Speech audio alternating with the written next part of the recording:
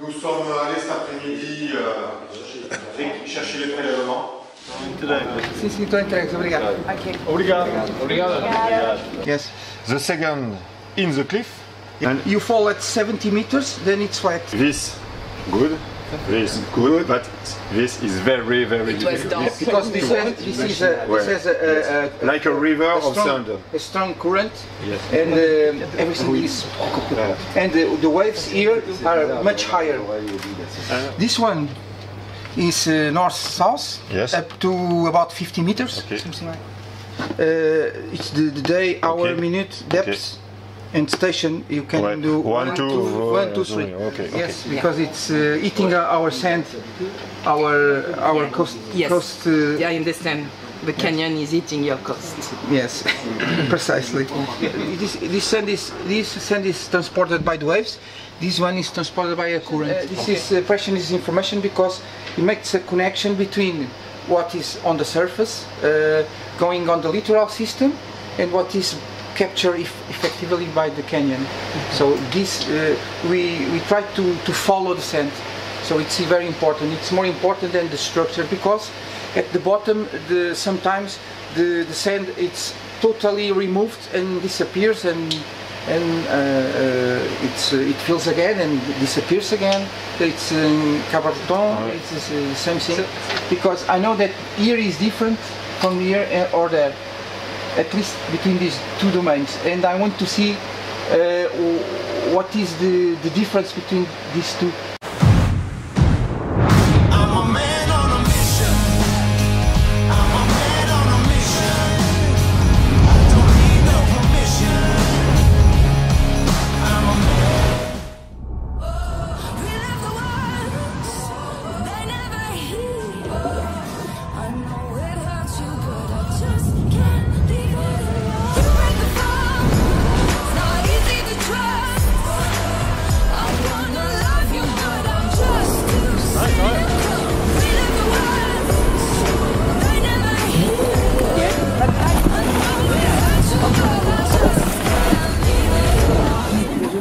Voilà, on a 10 mètres.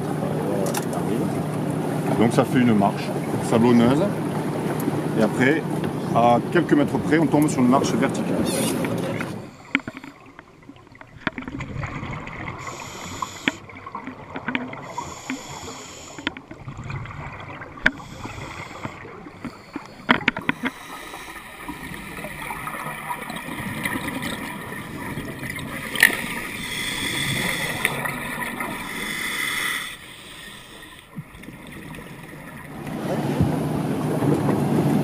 Il n'y a personne devant. Je vais ranger mon parachute déjà. Voilà. Si on arrive à la placer sur un GPS là, 11h11. Vous êtes juste devant le tombant. Donc selon la visite, au départ vous servez, jusqu'à 15 mètres vous n'allez pas voir grand chose. À partir de 15 mètres, vous regardez si vous voyez dans votre dos, enfin vers la falaise, vers le nord, si vous ne voyez pas le tombant. Dans ce cas, vous en servez de repère visuel, quitte à, pourquoi pas, lâcher le bout et venir le long du tombant. Comme ça vous êtes certain, c'est plus agréable. Et vous descendez à la base de ce tombant. Vous arrivez dans les 40-45. Là, méfiez-vous, puisque ça fait des toits comme ça, là, vous pouvez avoir juste un rocher. Et en fait, le tombant continue un peu. Donc allez voir ce truc qui dépasse, voir si ça continue un petit peu. Et vous allez chercher, normalement, j'ai vu la cassure, elle est à 45. C'est ok, Jean-Marc.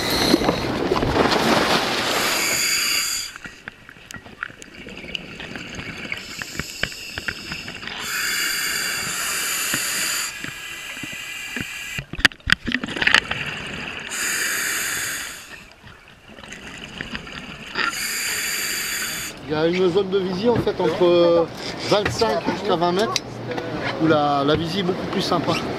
En dessous c'est un peu plus, et puis il y a une belle faune, belle flore, c'est très joli. Alors, premières impressions?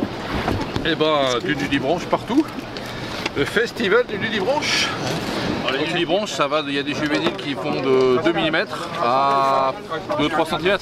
Le plus gros devait faire 3 cm. Mais les tout petits, là, il y en a plein. Les pontes ont été faites il y a pas longtemps. Et les plus petits, ils font 2 mm, 3 mm. Quoi. Puis une fois que tu as l'œil, après, tu les vois. Mais ouais, ils sont tout petits. Donc c'est cool. du classique hein, qu'on connaît, mais en tout cas voilà, qu'on retrouve ici aussi. Donc c'est super. Coloré Ouais. Des bleus, des roses, des blancs, des jaunes, le temps de dérocher les images. Vraiment des zones très particulières. Ouais. Bah nous on est descendu sur le bout là, du casier là.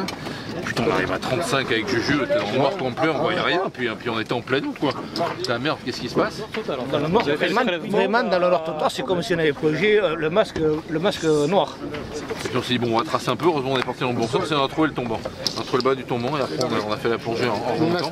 Mais on s'est dit à un moment donné, bon, la plongée, on va rentrer sur le bateau parce qu'il n'y a rien.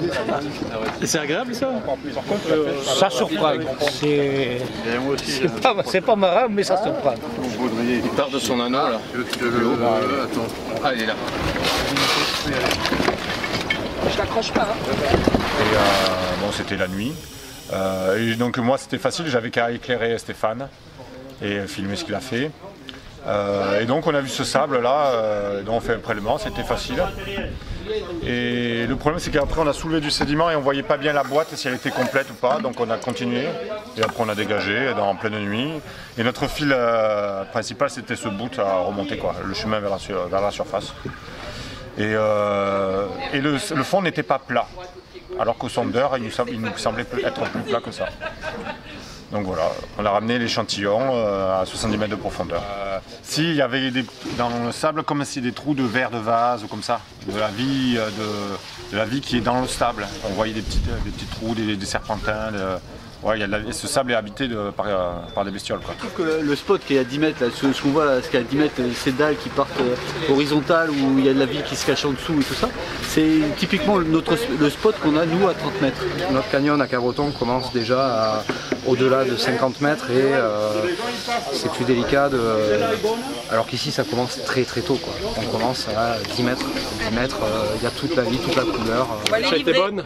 La pêche a été bonne. On est content que ça correspond à peu près à la commande. Les profondeurs correspondent à ce qu'ils avaient prévu. Les plongeurs ont observé ce qui était attendu, donc ça c'est cool. Malgré les conditions difficiles, on s'en est pas mal sorti. On va raconter ça au frigo.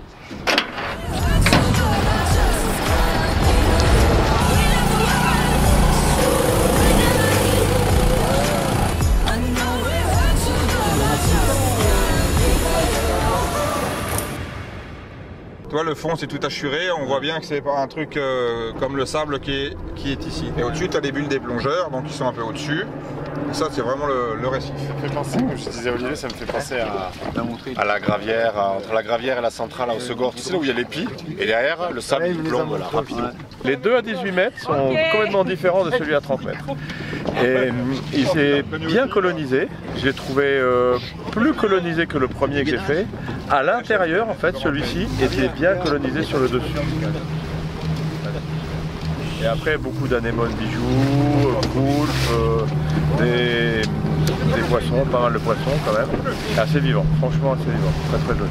Il y a un peu de corail mou, très très joli. Et vivant, on sent que l'intérêt, le bord du sable, il n'y a rien, et dès qu'on arrive dessus, c'est l'explosion. Voilà. C'est des infos intéressantes pour les jardins du gouffre, du coup, ça vous donne des pistes. Oui, parce qu'on peut se rendre compte qu'à cette profondeur, la colonisation elle peut se faire de façon importante quand même, parce qu'on ne reconnaît plus les formes béton. Donc ça c'est un truc à retenir, c'est que les formes béton qu'on peut imaginer nous pour les jardins du gouffre pourront être modelées par la nature et prendre d'autres formes.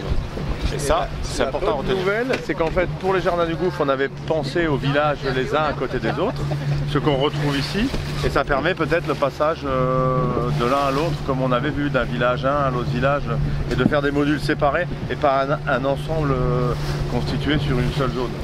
De faire des zones séparées. Nous, on a prévu 6 zones. Là, il y en a beaucoup plus, mais l'idée de ce qu'on vient de voir là, ça va peut-être nous réconforter sur notre décision. Le but du jeu, c'est que chaque espèce trouve ses territoires de repos, de chasse, de reproduction. Les chaînes alimentaires se répartissent mieux sur des amas dispersés.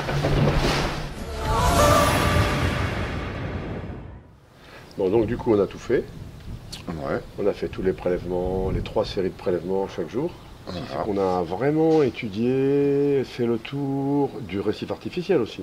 Ouais. Donc là, on va pouvoir peut-être maintenant, à partir de là, avoir des bases de données plus concrètes et plus d'éléments, et pour notre récif, et peut-être pour apporter une relation. Grâce à toutes les photos, toutes les images, on va pouvoir amener des justificatifs sur l'état de colonisation de ces récifs.